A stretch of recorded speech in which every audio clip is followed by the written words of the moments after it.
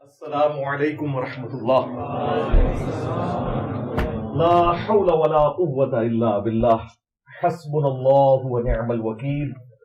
یا حی یا قیوم برحمتک استغیث. لا الہ الا انت سبحانک انی کنت من الظالمین.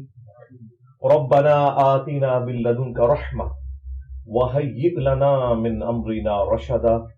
اللهم صل على محمد وعلى آل محمد وأصحاب محمد وأزواج محمد وأمة محمد أجمعين إلى يوم الدين آمين. الحمد لله رب العالمين والصلاة والسلام على سيد الأنبياء والمرسلين وعلى آله وأصحابه أجمعين إلى يوم الدين. الحمد للہ آج 4 فروری 2024 کو ہمارا یہ پبلک سیشن نمبر انشاءاللہ تعالی 132 ہونے جا رہا ہے. آپ کے یہ ریئل ٹائم جو کوسچنز ہیں یہ پرچیوں کی شکل میں میرے پاس آ چکے ہیں. انشاءاللہ ہم انہیں بعد میں ڈسکس کریں گے. پہلے ایک کریٹیکل ایشو کافی عرصے سے میں سوچ رہا تھا کہ اسے ڈسکس کیا جائے، اور اس ویک چانس بنا کیونکہ اس ویک کوئی کرنٹ افیئر اس حوالے سے تو نہیں ہے کہ جسے ہم مذہب کے پوائنٹ آف ویو سے ڈسکس کریں. جو سیاسی معاملات ہیں وہ میں وقتاً فوقتاً ڈسکس کرتا رہا، اور منطقی انجام آپ کے سامنے ہے. جو ہم 1.5-2 سال پہلے کہہ رہے تھے وہ ایک ایک کر کے سب کچھ ہوتا چلا جا رہا ہے. اس لیے اسے تو بار بار ڈسکس کرنے کی ضرورت نہیں ہے. البتہ یہ ایک کریٹیکل ایشو کافی عرصے سے ایک پینڈنگ تھا. میں چاہ رہا تھا کہ اسے پراپرلی ایک جگہ کے اوپر ریکارڈنگ میں لایا جائے. اور وہ یہ کہ اکثر لوگ یہ ہم سے سوال پوچھتے ہیں کہ قرآن حکیم 2 گتوں کے درمیان ایک جگہ کے اوپر موجود ہے. اگر کسی شخص کو قرآن حکیم کی کوئی آیت ریفرنس کے طور پر چیک کرنی ہے تو وہ قرآن حکیم کی سورت کا نمبر اگر پتہ ہو، پارہ نمبر پتہ ہو، آیت نمبر پتہ ہو تو وہ پہنچ جائے گا. مثال کے طور پر اگر میں کسی سے کہتا ہوں کہ سورۃ الاحزاب میں آیت درود آئی ہے، تو سورۃ الاحزاب اس سورت کا نام ہے، سورت کا نمبر ہے 33 اور آیت کا نمبر ہے 56. ان اللہ وملائکتہ یصلون علی النبی اللہم صلی علی محمد وعلی آل محمد. تو بڑا آسان ہے اسے ڈھونڈنا. یہ پوری دنیا میں سٹینڈرائز ہو چکا ہے یہ معاملہ. آیات کی نمبرنگ بھی ہو چکی ہے، سورتوں کی نمبرنگ بھی ہو چکی ہے، اور سب سے بڑھ کر جب نمبرنگ نہیں بھی ہوئی تھی تب بھی کم از کم قرآن حکیم پراپرلی جب مصحف کی شکل میں لایا گیا تو وہ ایک ہی جگہ 2 گتوں کے درمیان موجود تھا. لیکن جہاں تک احادیث کا معاملہ ہے تو اس میں یہ فیسلٹی اس حوالے سے اویلیبل نہیں ہے. احادیث کی درجنوں کتابیں محدثین نے جمع کی ہیں، اگرچہ ان میں پذیرائی جو ہے وہ مینلی ان 6 کتابوں کو ملی جو میں نے سامنے رکھی ہوئی ہیں. صحیح بخاری، صحیح مسلم، یہ تو صحیحین ہیں، اور اس کے بعد 4 سنن 4 کی کتابیں، سنن ابی داؤد، جامع ترمذی، سنن نسائی اور سنن ابن ماجہ. اور یہ جو سینٹر میں کتاب ہے یہ انہی کے نوٹس ہیں، مشکات المصابیح.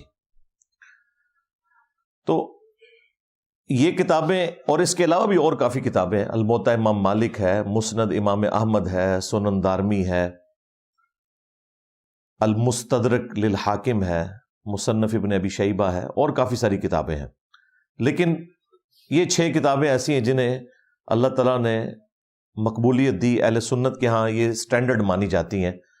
اور ایک غلط العام اصطلاح مشہور ہے صحاح ستہ کی. صحاح ستہ کی ٹرم جو ہے یہ غلط ہے. صحاح ستہ نہیں ہے، یہ کتب ستہ ہے، یعنی 6 کتابیں احادیث کی. صحاح ستہ کا تو مطلب ہوا کہ 6 کی 6 صحیح کتابیں. صحیح کتابیں ان میں دو ہی ہیں، صحیح بخاری اور صحیح مسلم۔ یہ صحیح جو ہے یہ اردو والا نہیں ہے کہ باقی غلط ہو گئی ہیں، یہ صحیح ٹرم ہے جو حدیث کی اسناد کے حوالے سے بات کی جاتی ہے۔ تو صحیحین صحیح بخاری اور صحیح مسلم ہے۔ باقی جو 4 کتابیں ہیں وہ سنن اربع کی کتابیں ہیں، جامعہ ترمذی، سنن ابی داؤد، سنن نسائی اور سنن ابن ماجہ، اور صحیحین بخاری اور مسلم ہے۔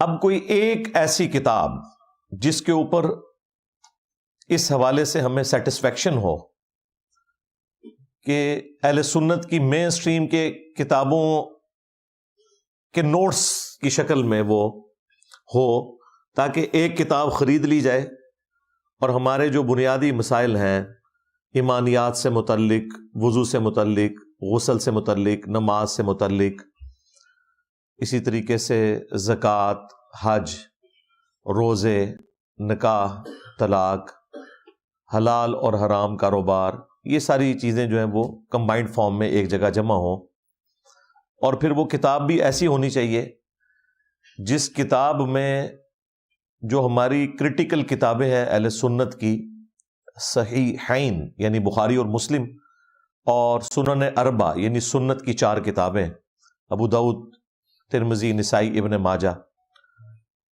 صحیحین اور سنن اربع ملا کے یہ کل 6 کتابیں، کتب 6 یہ بھی اس میں کور ہوں۔ تو ایسی کتاب ہے مشکات المصابیح، جسے میں نے نام دیا ہے انسائکلوپیڈیا آف حدیث کا۔ یہ ہے جی وہ مشکات المصابیح جو میں نے اپنے ٹیبل کے اوپر پچھلے کئی سالوں سے کتب 6 کے درمیان رکھی ہوئی ہے، اور اس کے اوپر یہ قرآن حکیم رکھا ہوا ہے، صرف اس لیے کہ اس کی اہمیت لوگوں کے سامنے اجاگر ہو اور اس کتاب کے ساتھ لوگوں کا شغف ہو۔ اب دیکھیں یہ کتاب اس وقت اردو زبان میں 3 جلدوں پر مشتمل ہے، اور ہر جلد کے اندر آلموسٹ 700 کے قریب صفحات ہیں اس کے، اور کل احادیث اس میں 6294 ہیں، 6294۔ لیکن یہ جو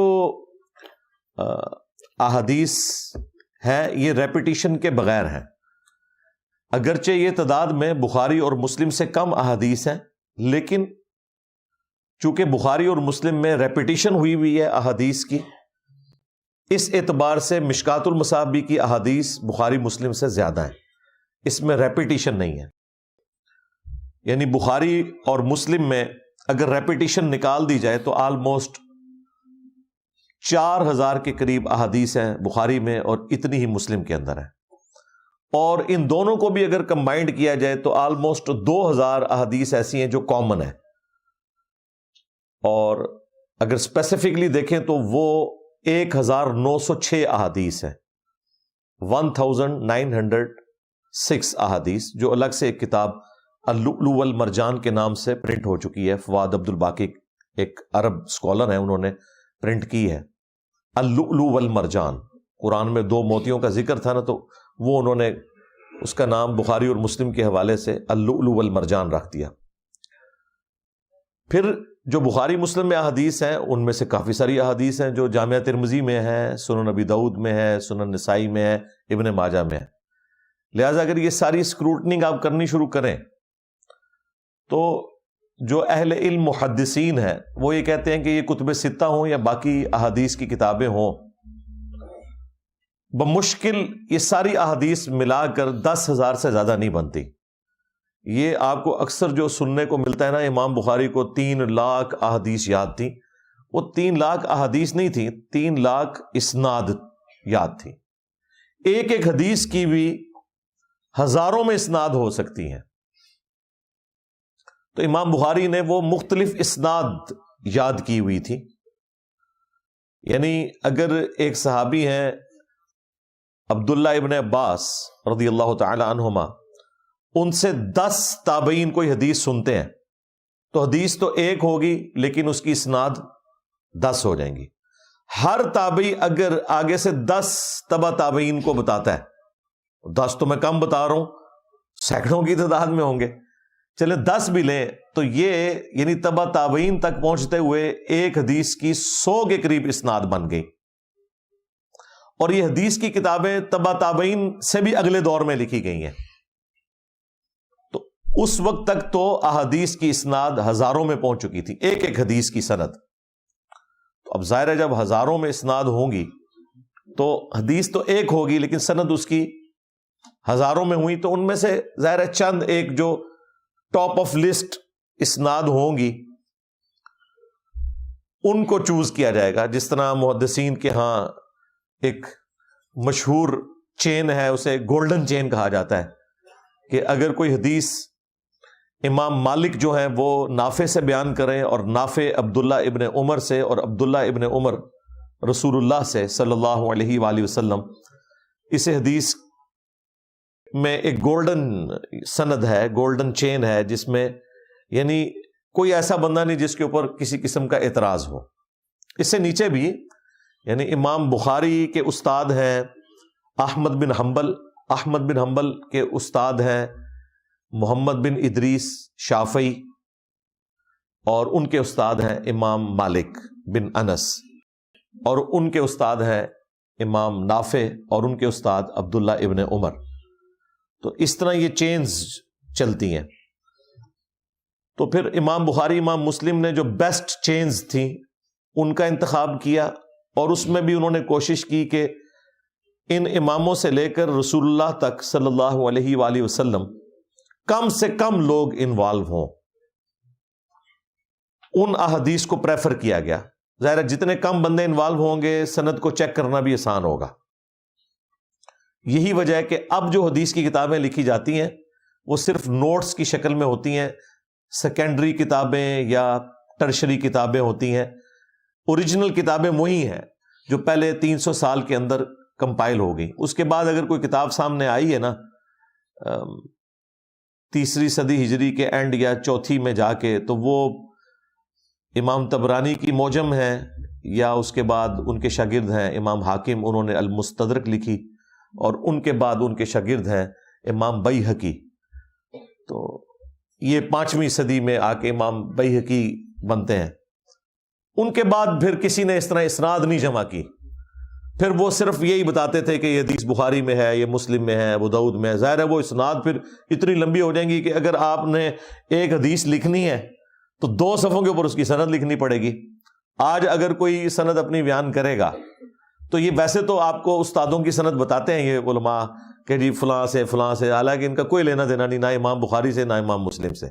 وہ صرف کاغذی کارروائی میں، جس طرح کاغذی کارروائی میں لوگ مسلمان بھی ہیں اور سود بھی کھا رہے ہیں اور نماز بھی نہیں پڑھ رہے اور بے پردگی بھی عام ہے، بس وہ کاغذی کارروائی میں اس طرح ان کا بھی سلسلہ چل رہا ہوتا ہے. تو اصل جو پرائمری کتابیں ہیں وہ وہی ہیں جو ہم نے یہاں رکھی ہوئی ہیں، جو شروع میں لکھی گئیں، اور ان اماموں نے اپنی اسناد کو رسول اللہ صلی اللہ علیہ وآلہ وسلم تک باقاعدہ پہنچایا.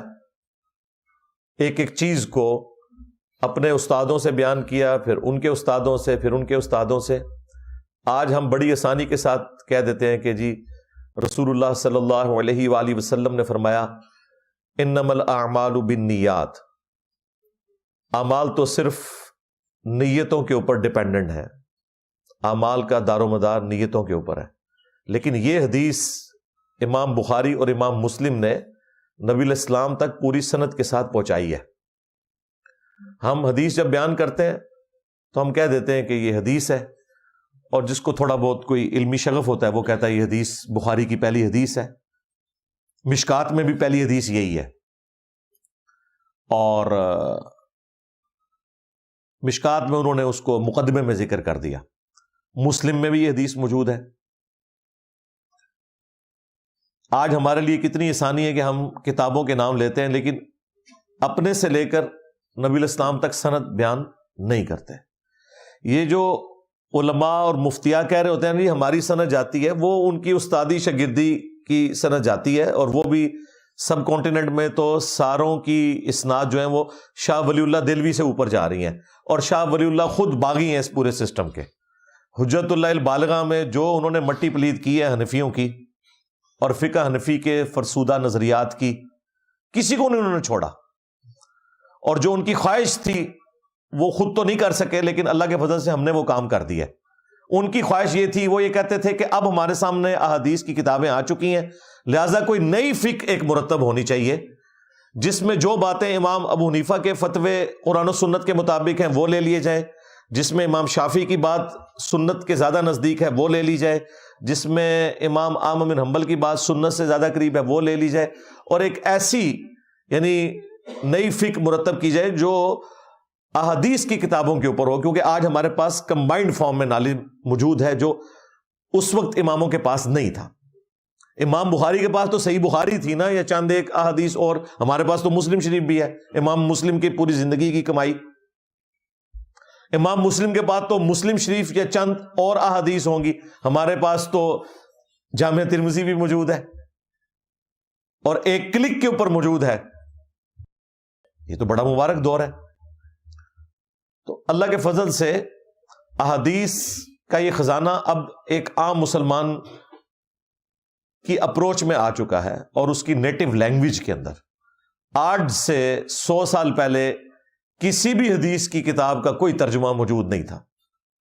بمشکل 100 سال ہوئے ہیں یہ بخاری کا ترجمہ ہوئے 1920 میں۔ اس سے پہلے بخاری دنیا میں ٹرانسلیٹ ہی نہیں ہوئی، عربی میں رہی، اور اجمیوں نے عربی سیکھی نہیں، لہذا ان کے اوپر صوفیاء مسلط رہے، انہیں کیا پتا بخاری میں کیا لکھا ہے، مسلم میں کیا لکھا ہے۔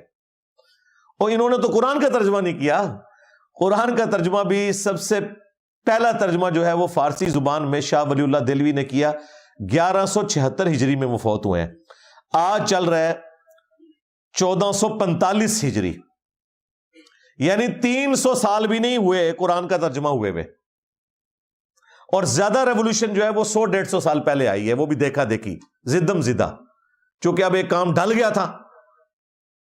شروع میں تو انہوں نے مخالفت کی، پھر ان کو فکر لگی کہ یار اس سے تو کوئی فرق نہیں پڑنے کا، بہتر یہ ہے کہ ہم بھی اپنے ترجمے اور ساتھ تفسیروں میں لچ فرائی کر کے نا اپنے اپنے فرقوں کے نا ترجمے لانچ کر دیں، تاکہ ہم اس شر کے آگے بند باندھ سکیں۔ وہ تو شر سمجھتے ہیں نا، ظاہر ہے ایاک نعبد و ایاک نستعین پڑھ کے جنہوں نے بابوں کو پکارنا ہے وہ تو قرآن کے ترجمے کو شر ہی سمجھیں گے۔ تو انہوں نے زدم زدہ یہ سب کچھ کیا ہے، شوق سے نہیں کیا۔ جس طرح ہم سوشل میڈیا کے اوپر آئے تو اب علماء نے بھی پھر بعد میں چینل بنائے، لیکن بیچارے لیٹ ہو گئے۔ اور یہ بھی میں آپ کو ایک شریفانہ کمنٹس دے رہا ہوں، یہ اگر اس زمانے میں آ بھی جاتے ہیں نا، ہمارے لانچ ہونے کے بعد ان کے لیے کوئی گنجائش نہیں تھی، انہوں نے وی لاگز ہی پھر بنانے تھے۔ اس کی وجہ یہ ہے کہ یہ کیا بتائیں گے عوام کو؟ حنفی یہ بتائیں گے کہ بخاری میں یہ لکھا ہوا ہے، مسلم میں یہ لکھا ہوا ہے۔ بریلوی دیوبندی کیا آپ کو جامع ترمذی اور ابو داؤد کے حوالے دیں گے؟ وہ تو بتائیں گے فتاوی عالمگیری میں لکھا ہوا ہے، رد المختار میں یہ لکھا ہے، در مختار میں یہ لکھا ہوا ہے۔ لوگوں نے کہنا نہیں دیسان دسو کتے جے، انہیں کہنا سی جو ساڑیاں بھی ایسا گھوم گئی نے، میں ہی گھمائی نے، میں مجرم ہوتے پیچھے۔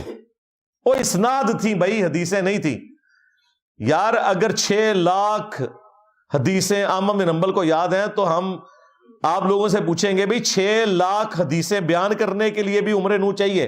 نبی علیہ السلام کی اعلان نبوت کے بعد کی ٹوٹل زندگی جو ہے وہ 21 سال بنتی ہے، اور لیونر ایئرز کے اعتبار سے 23 سال، کیونکہ آپ کی 63 سال زندگی تھی لیونر ایئرز کے اعتبار سے، اور 61 سال تھی سولر ایئرز کے اعتبار سے۔ تو 63 سال کی زندگی میں 40 سال کے بعد اعلان نبوت، اور اس کے بعد 23 سال، اور وہ 23 کے 23 سال قرآن نازل ہوتا رہا۔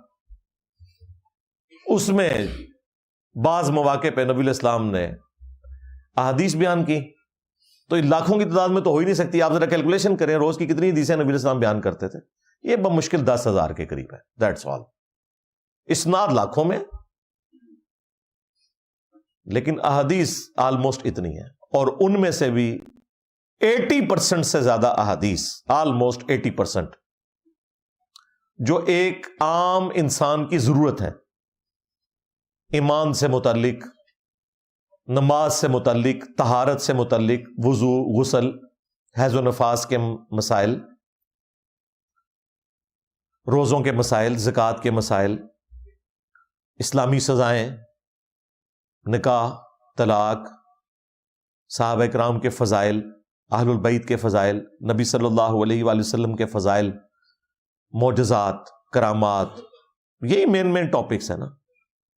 یہ سارے دو گتوں کے درمیان، جسٹ لائک جس طرح قرآن دو گتوں کے درمیان ہے، اگر آپ مجھ سے پوچھیں تو 80% احادیث دو گتوں کے درمیان اگر ہے تو یہ کتاب ہے مشکات المصابیح. ظاہر ہے 3 جلدوں میں تو اردو ترجمے کی وجہ سے، اگر صرف عربی لیں گے تو یہ دو گتوں کے درمیان آپ کو مل جائے گی. وہ جو بڑی بڑی رکھی ہوتی ہے نا علماء نے، وہ روپ ڈالنے کے لیے، ہاں، تو وہ دو گتوں کے درمیان ہی ہوتی ہے. اور اندازہ کریں یہ لوگ درس نظامی کے آخری سال میں مشکات المصابیح کا ختم کرواتے ہیں. جس طرح اہل حدیث کے ہاں ختم بخاری ہوتا ہے نا، ختم مشکات بھی ہوتا ہے. اہل حدیث کے ہاں بھی، دیوبند کے ہاں بھی، بریلویوں کے ہاں بھی، کیونکہ جو ان کا علماء والا کورس ہے اس کے آخری سال میں مشکات پوری کور کروائی جاتی ہے. اور یہ مشکات شریف اس لیے نہیں کور کروائی جاتی کہ آپ نے اس کے اوپر عمل کرنا ہے، نہیں، وہ کور اس لیے کروائی جاتی ہے کہ یہ مشکات شریف ہے جو اہل سنت کی مین سٹریم کی کتابوں کے نوٹس ہیں. چونکہ فقہ حنفی اس کے خلاف ہے، لہٰذا اگر کوئی حدیث یہ والی پیش کرے تو آپ نے آگے سے یہ جواب دینا ہے. یہ ٹوٹل ہوتا ہے وہ ختم مشکات. ورنہ تو مشکات پڑھنے کے بعد یہ لوگ عمل نہ کر لیں. ان کو نہیں پتا مشکات میں نماز کا طریقہ وہی لکھا ہوا ہے جو بخاری اور مسلم میں ہے، رکوع میں جاتے وقت اور رکوع سے اٹھتے وقت رفع الیدین کا. اور مزے کی بات، مشکات والے امام نے ان کی اکلوتی حدیث جو جامعہ ترمذی کی تھی نا، جو ابو داؤد میں، نسائی میں موجود ہے، عبداللہ ابن مسعود والی، وہ لکھ کے ساتھ امام ابو داؤد کے کمنٹس لکھے ہیں، وَلَيْسَ بِصَحِيحٍ عَلَى هَذَا الْمَعْنَى، ان معنوں میں یہ حدیث صحیح نہیں ہے. انہوں نے ابو داؤد چھاپی، امام ابو داؤد کے کمنٹس ہی اڑا دیے ساتھ سے تاکہ لوگوں کو پتہ ہی نہ چل جائے. لیکن غلطی یہ ہوئی کہ جب مشکات چھاپی نا تو اس میں سے کمنٹس اڑانا بھول گئے. اب دیکھیں نا، وہ بندہ غلطی کرتا ہے نا. یہ ہماری انجینئرنگ کی فیلڈ میں بھی ہو جاتی ہیں غلطیاں کہ ایک ڈرائنگ جو ہے نا اس کو چینج کیا نا، اب وہ پرزا جہاں جا کے فٹ ہونا تھا نا، وہاں پہ وہ ڈرائنگ چینج نہیں کی نا آپ نے، تو جب دونوں پرزے تیار ہوں گے فٹ ہی نہیں ہوں گے. اب ان سے کیا ہوا کہ انہوں نے ابو داؤد میں سے تو وہ کمنٹس نکال دیے، لیکن مشکات پرنٹ کرتے وقت ان کو کسی نے مت نہیں دی کہ بھائی اس میں سے بھی نکالو وہ کمنٹس. مشکات والوں نے جب وہ ابو داؤد ترمذی کی حدیث لی تو 7 کمنٹس لکھ دیے کہ حدیث صحیح نہیں ہے. اور وہ آج تک اسی طریقے سے پرنٹ ہو رہے ہیں. اڑنا کاٹ دیں کدھرے، لیکن ابھی تک تو ہو رہے ہیں پرنٹ. تو مشکات المصابیح یہ دو گتوں کے درمیان آلموسٹ ساری حدیث کی کتابوں کو کور کرتی ہے اہل سنت کی، جو ایک عام آدمی کی ضرورت ہے. اور میرا یہ دعویٰ ہے کہ جو مشکات المصابیح کو پڑھ لے اور اس کے اوپر تھوڑا سا اپنا وقت لگا کے چیزوں کو گرپ کر لے، دنیا کا کوئی مفتی، کوئی عالم، کوئی فقیہ ادھر سامنے شاہی کوئی نہیں. کیونکہ یہ پوری زندگی صرف یہ اس لیے پڑھاتے ہیں کہ ان کے جواب دیں. اور اکثر علماء تو کورس یعنی کرنے کے بعد تو ظاہر پھر وہ صرف جمعہ ہی پڑھاتے ہیں، وہی جو 12 تقریریں انہوں نے یاد کی ہوئی ہیں. ان کو خود بھول چکا ہوتا ہے کہ کیا لکھا ہوا ہے احادیث کی کتابوں میں. جس طرح وہ انجینئرز جو پریکٹیکل فیلڈ میں آنے کے بعد کتابوں سے شغف ختم کر دیتے ہیں نا، انہیں پھر کئی چیزیں بھول جاتی ہیں. لیکن وہ لوگ جو پریکٹیکل فیلڈ میں آنے کے بعد کتابوں کے ساتھ بھی، ٹیچنگ کی فیلڈ کے ساتھ بھی وابستہ رہتے ہیں، انہیں ایک ایک چیز یاد رہ جاتی ہے کیونکہ وہ بار بار اسے ریپیٹ کرتے رہتے ہیں. تو ان میں بہت کم لوگ ہیں. اگر یہ سارے ہوتے تو بھائی جمعے کے خطبوں میں مشکات سے درس دے رہے ہوتے، اور انہوں نے تو قرآن سے کبھی درس نہیں دیا. تو مشکات شریف تو بہت بعد میں آئے گی، جن لوگوں نے قرآن حکیم کو اہمیت نہیں دی ہوئی ہے. تو یہ مشکات المصابیح جو ہے یہ ایک بہت بڑا تحفہ ہے اس امت کے لیے، ان محدثین کا. اللہ تعالیٰ ان کی قبروں کو نور سے بھر دے جنہوں نے یہ محنت کی تھی، آمین. تو میں نے آج ضروری سمجھا کہ میں اس کے اوپر ذرا تفصیلی گفتگو کروں. یہ بھی میں نے تمہید بنائی ہے، گفتگو تو ابھی سٹارٹ ہوگی. ہاں، تو 10 علمی پوائنٹس کی شکل میں میں مشکات کے حوالے سے، اس کے تعارف کے حوالے سے تفصیلی گفتگو کروں گا انشاءاللہ تعالی، تاکہ یہ ایک ایسٹ بن جائے یہ ویڈیو ان لوگوں کے لیے جنہیں علم حدیث سے شغف ہے.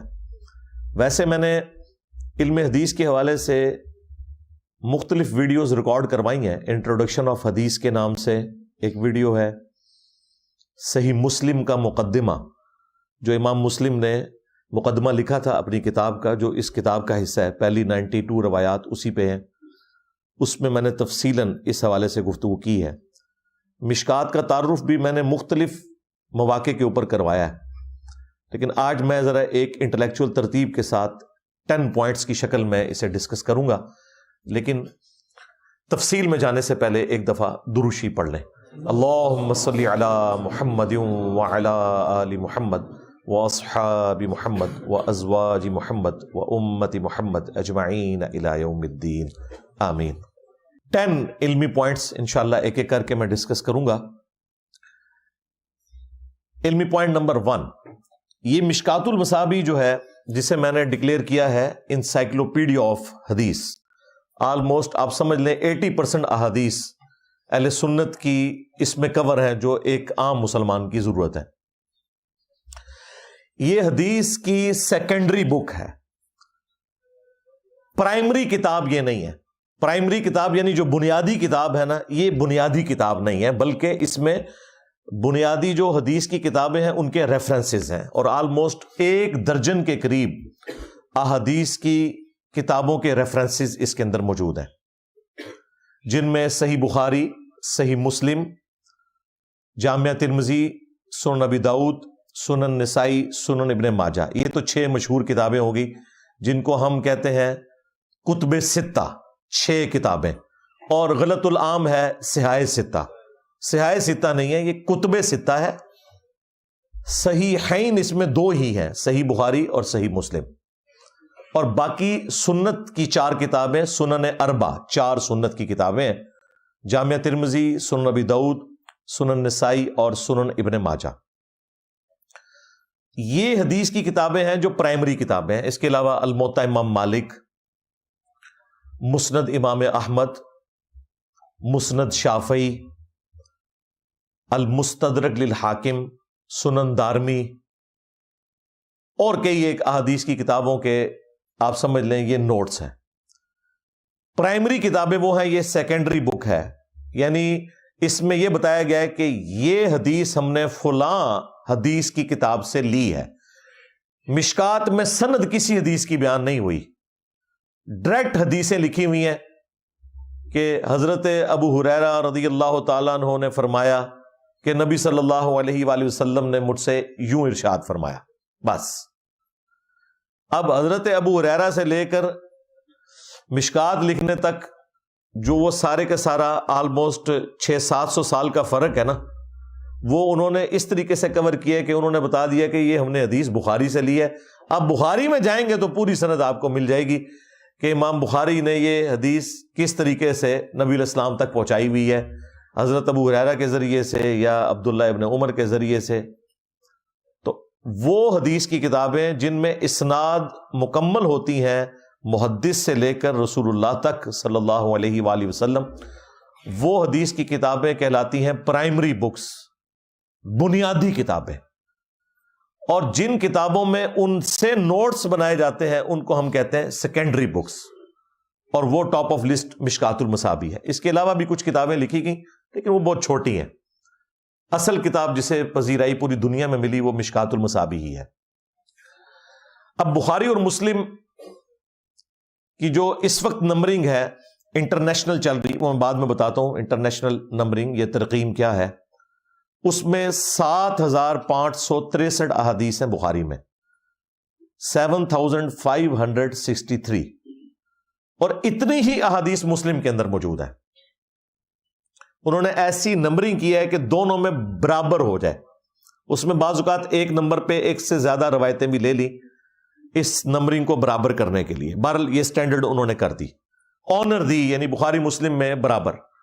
اور یہ میں نمبرنگ کانٹینیوس نمبرنگ بتا رہا ہوں آپ کو۔ مسلم شریف کی 2 نمبرنگ چل رہی ہیں، اسی کی وجہ سے ایک بڑی کنفیوژن آئی۔ فواد عبد الباقی نے وہ بٹوں والی نمبرنگ کی، وہ پتہ نہیں کیا عام بندے کے لیے مصیبت ڈال دی، یعنی وہ جو ریپیٹیشن والی حدیثیں تھیں ان کو 1 نمبر دے دیا۔ اس کی وجہ سے اس میں آلموسٹ کوئی 3000 کے قریب احادیث مسلم میں ان کی نمبرنگ میں آتی ہیں، لیکن جو کنٹینیوس نمبرنگ ہے دارالاسلام کی، اور اسی کے اوپر اب سافٹ ویئر بھی چل رہے ہیں۔ اسلام 360 میں بھی یہ آ چکی ہے، مکتبۃ الشاملہ میں، سننا.com کے اندر،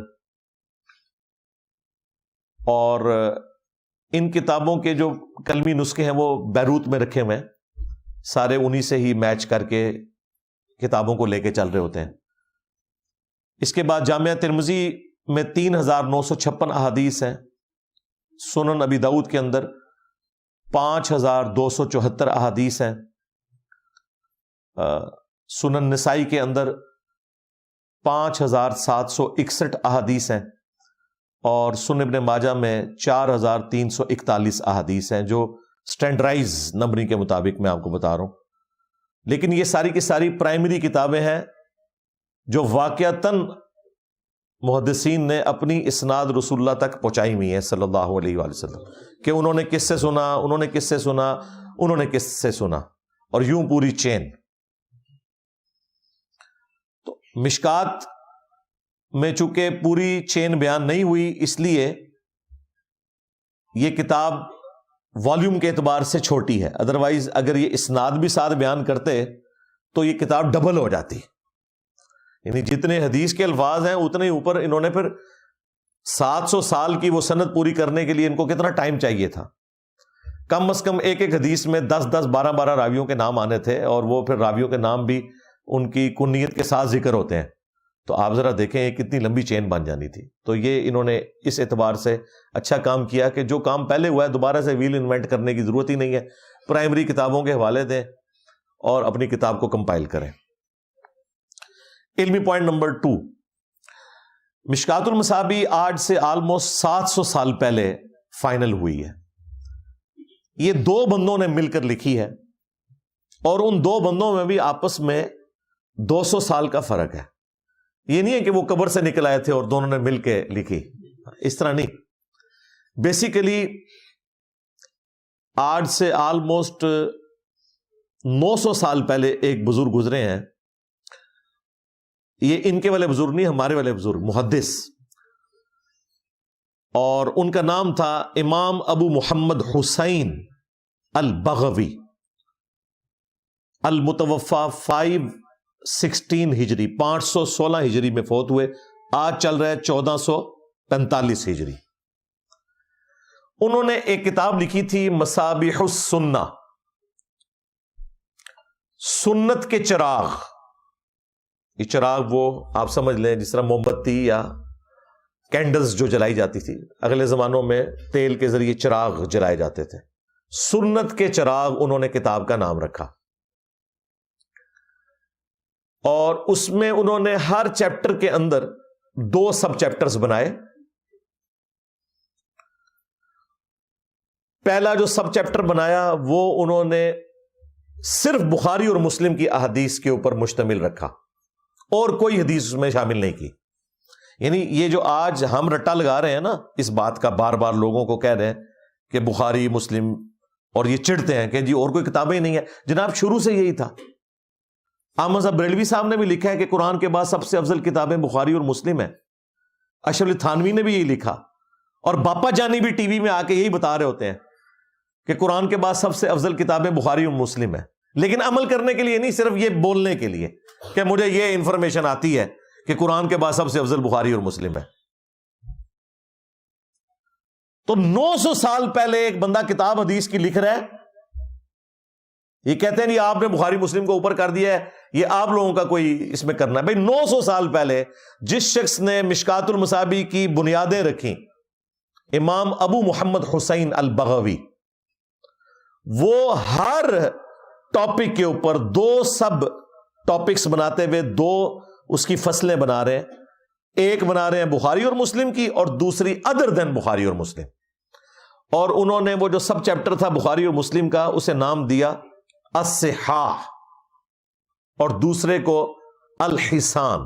اس میں جو صحیحین کی حدیثیں ہیں اور اس میں جو حسن درجے کی، ان کے نزدیک جو حسن درجے کی بنتی تھی ادر دین بخاری اور مسلم، اور اس میں وہ سنن اربع کی بھی لے کے آئے، یعنی جامعہ ترمذی، سنن ابی داؤد، سنن نسائی، ابن ماجہ، الموطا امام مالک سے بھی لے کے آئے، مسند احمد سے بھی، سنن دارمی سے بھی، المستدرک للحاکم سے، اور کافی کتابوں سے وہ لے کے آئے۔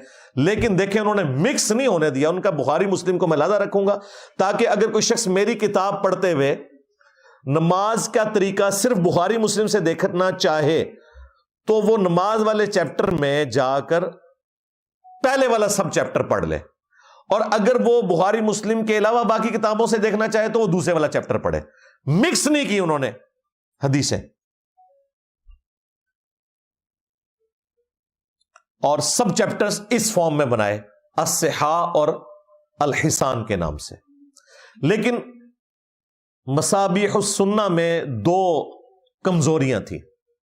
نمبر 1، جب انہوں نے کتاب لکھی تو انہوں نے یہ مینشن نہیں کیا کہ میں نے یہ حدیث کس پرائمری بک سے لی ہے، بخاری سے لی ہے، مسلم سے لی ہے، یہ نہیں بتایا انہوں نے۔ بس صرف یہ بتا دیا کہ اس چیپٹر میں بخاری مسلم کی حدیثیں ہیں۔